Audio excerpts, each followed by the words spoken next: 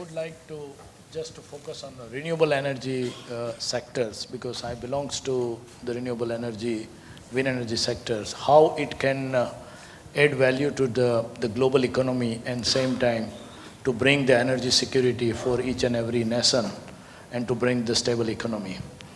One thing is very clear is there the world population is today is growing rapidly and it will continue to grow. The first topmost priority is coming out the affordable energy for all. How to bring that? The second is the area is low carbon economy for each and every nation to bring in a global stability.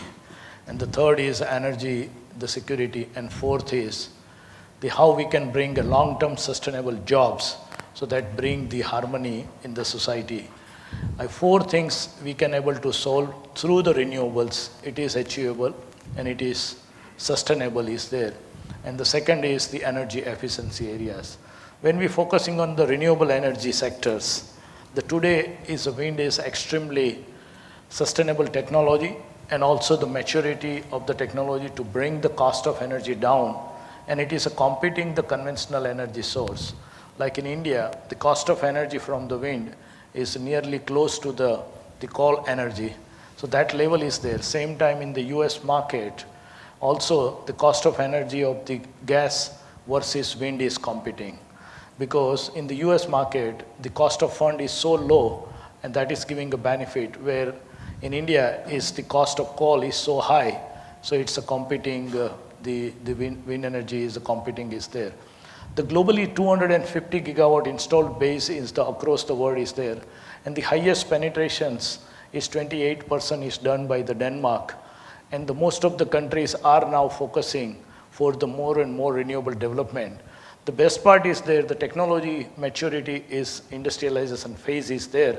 It is giving a large scale of the utility scales, the projects for the onshore and offshore size. So that is giving, satisfying the cost of energy, but same time it is bringing the low carbon or nil carbon, we can say, it's energy we can harness from the atmosphere. This is the giving is a huge the stability into the systems also, because the infrastructure grid we can able to penetrate in the grid system is 25% is without any technical solutions we can able to add, and that is the Denmark has is the penetration is there. The potentiality of the wind sites when we are talking about across the world is it's enormous, is available, and technology is matured for the different class of the wind regimes, so that we can harness in the low wind, medium wind, or the high wind also. And the potentiality of the wind in onshore and offshore is such a is available. The whatever energy we are consuming across the world today, we can able to satisfy 3 times that much resources are available is there, and that's enormous resource never be loss will be there. So it is continuously flowing, and we can harness much and much on that area. We can penetrate our systems across the world is today is not more than just 3% energy in the particular wind is penetrating in the grid systems, which we can able to go 25%, so that we can bring the energy basket is such a sustainable and it's energy to all, but same time it is affordable is the solution is there. I will give you the very strong the example in India, how the wind has changed the certain landscape to bring the food security also, how it is can adding in is there. Because most of the wind projects we have developed in the country, it's a rural part of the India is there, where the grid infrastructure is not available is there, water is available is there, but electricity is not available. So the food and production is not possible on those areas. By putting the wind farms, we have bring the grid infrastructure, and the access of energy has increased, and that has given a good opportunity for the pumping and other requirement.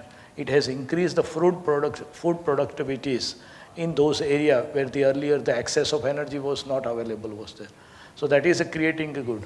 By this way, in the last 20 years, in India, through the wind project alone, the 40 million population got the access of energy also.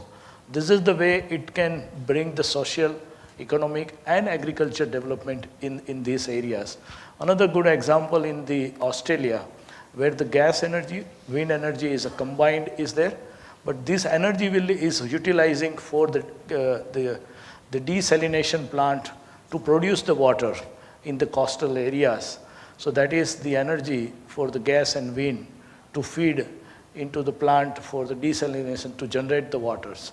So this way we can able to generate the water is there. Now the new technology also developed. Instead of windmill is currently producing the electricity, but now tomorrow you will see the windmill will start producing the water also. So whatever the water contents are available in atmosphere, we can extract that and convert into the water, and that technology on a pilot and the development scale, it is a successful is there. Going forward, it can become a commercialized there. The going forward into the large scale of the energy requirement on the utility scale, when we are talking about wind and solar is a small projects, but like Germany and Belgium, France and UK, they are going on a large scale of the offshore wind project, which is the size of the project 1000 megawatt to 5000 megawatt, and potentiality of the wind is there. Most of the high demand load centers of the cities are on the coastal side is there. So from 50 kilometer to 100 kilometers in the sea, we can harness the huge energy of the offshore. We can reduce our huge losses of the transmission and transmission infrastructure cost in the inland site areas. So by this way, I strongly believe we can bring the affordable energy for all, and same time low carbon economy, bringing the energy security through wind can add the values. Now talking to the corporates, what we are doing, how we are practicing is there. I will give you this one example. Our global headquarter based in Pune, it is One Earth, the campus where the global management team is sitting, and we are managing the global operations. That the whole campus is nearly 2,500 employees we are sitting, but it's built on a sustainable principle of the whole campus is there. We are not utilizing any energy from the utility energy, but wind and solar only, that campus is running. We are not using any water from the ground. 100% water is harnessed for the rainwater and storage for the full year, and we are recycling the water. 100% the waste management within the campus is there.